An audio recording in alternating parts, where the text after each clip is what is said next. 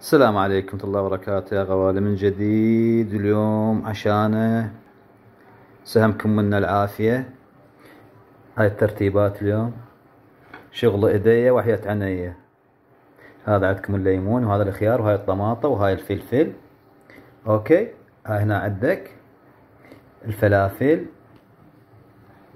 هنا عندك بوتيتا وفلافل وستيك. هاي نوعية ثانية من الستيك. شغل ايديا وحياة عينيا. تمام، سهمكم منا العافية يا غوالي. قولوا لي شلون الترتيب، شلون الطبخ، ماشي؟ ان شاء الله ينور رضاكم يا غوالي. كان معكم الشيف المستجد اخوكم محمد ابو زيد العراقي.